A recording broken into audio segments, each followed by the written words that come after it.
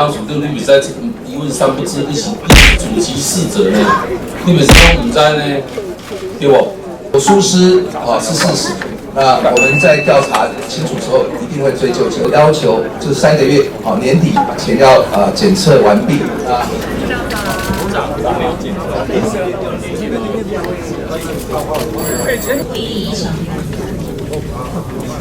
邀请交通部部长林佳龙。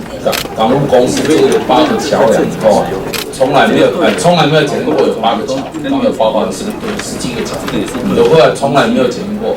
有2座桥是10年以上没有检验过，换句话说，就10座桥，17座里面有10座桥没有检验过。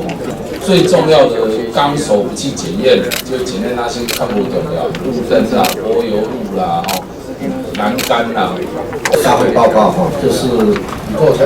我简单问你，地方有没有检查过？地方政府有没有去检查过？那个有跟没有多少？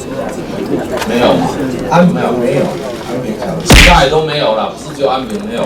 当属对你袂使一问三不知，你是主其事者呢？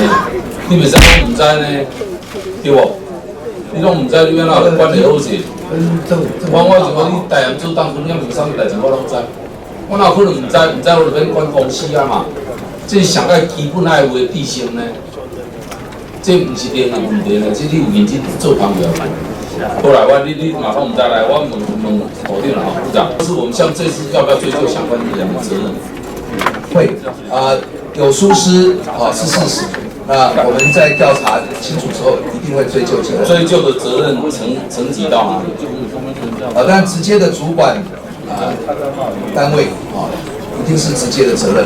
那有督导或涉及到相关的不同的权责我们在厘清之后也会回溯就这整个桥这个完工验收之后到出事情这中间所有的涉及的责任我们会一并来追究。跟委员报告，我已经有要求，就是3个月年底前要检测完毕。如果我们港公司的能量不足就委由第三方公正的，像一些技师工会等等团体来。大概多久以前会这个整个检查完成？就是3个月时间。3个月给他们3个月时间，3个月要彻底追究了3个月要彻底去监督考核，3个月要完成。